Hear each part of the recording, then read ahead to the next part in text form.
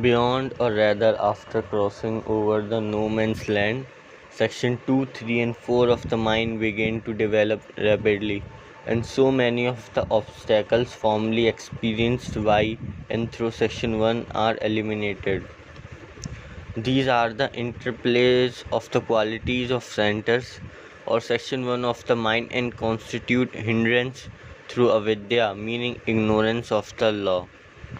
We have clearly seen that it is avidya and not sin or crime which is at the root of all human problems.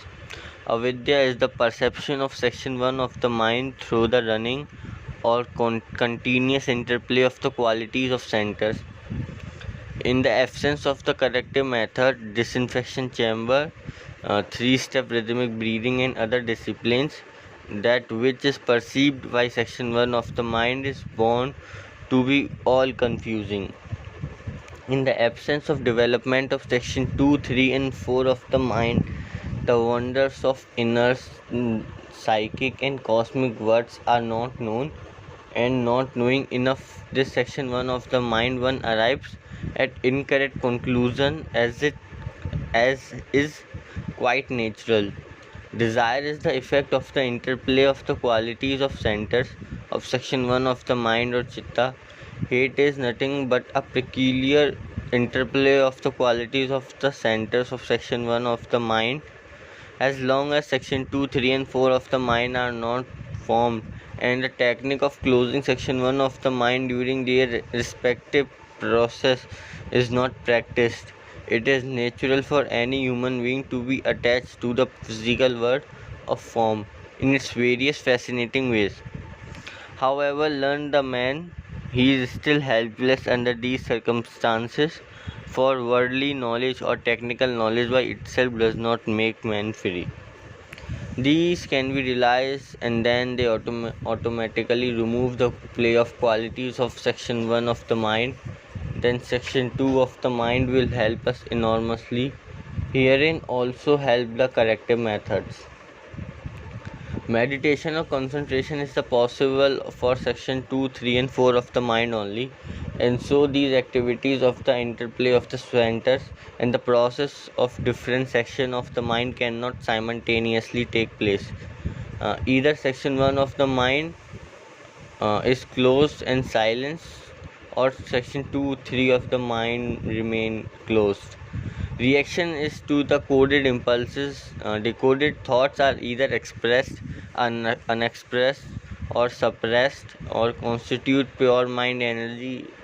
That is what we should call the karma, and not the later desire which follows this pure mind energy state, nor the action which follows upon such desire, which then is actual karma. This creates resultant intensity which must go to its source and return. Depending on the length of cycle, the fruition will take place either in this life or in some other life. So long as the necessary Zen Yoga units in their proper proportion are not gathered, and the fourth stage of cosmic consciousness has not been reached, so long remains their bondage. In some manner or other, it is in this human form, in our solar system, and on this earth. God, good and evil have no meaning, expecting that the resultant intensity is plus or minus. The interplay of the qualities of centers does not lead one towards the Zen Yoga plus units, or does lead one away from it to minus. That which leads towards it is good, and that which leads away from it is evil, in descriptive language. All state in human form below the highest and fourth stage of cosmic consciousness exercise so much limitation, and hence are painful in some manner. These states result from the limitation of either of section 1, 2, or 3 of the mind, and can be described as producing consequences, anxieties, and impressions.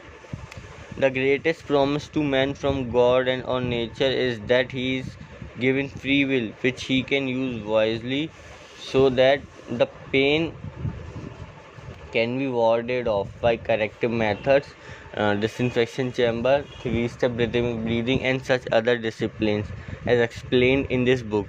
This creates plus Zen Yoga units consciously, which automatically prevent pain from reaching us. All knowledge based on the interplay of the qualities of center of section 1 of the mind or chitta is incorrect and is avidya, and thus give us a false impression. This that which is exclusively known through section 1 of the mind has the interplay of the qualities of either one IES centers. Coded impulses received from sense organ and then decoded. Proper use of corrective methods will eventually give us liberation. These centers themselves become the stepping stones for eventual liberations. When corrective methods and other disciplines are introduced, the same chitta then becomes the cause of liberation. The division of the interplay of the qualities is fourfold as expressed.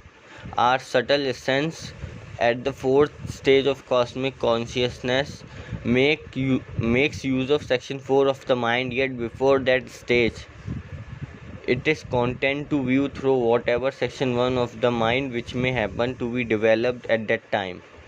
All that exists is to be used to serve the chairman, that is the Atman or the Lord within. The man who reached the fourth stage of cosmic consciousness may not take a human form in our universe, even if he so chooses. Willis for those who below that stage, it is essential and compelling according to the karmic law. Avatars are an exception to all rules and almost all laws. The association of the subtle essence is usually with the sections below the fourth section of the mind, and thus that which those sections of the mind perceive produces our understanding of the nature of that which is perceived and likewise of the perceiver. This is the stage is not free from a certain sense of avidya. One has to go beyond and to the highest cosmic stage. One can and should go up to and beyond the fourth section of the mind, and therefore up to and beyond the highest stage of cosmic consciousness. This is for a human being the great liberation. The stage of bondage for the last kind is overcome through the perfectly proportionate accumulation of Zen Yoga units. The illumination so achieved is sevenfold and is attained progressively.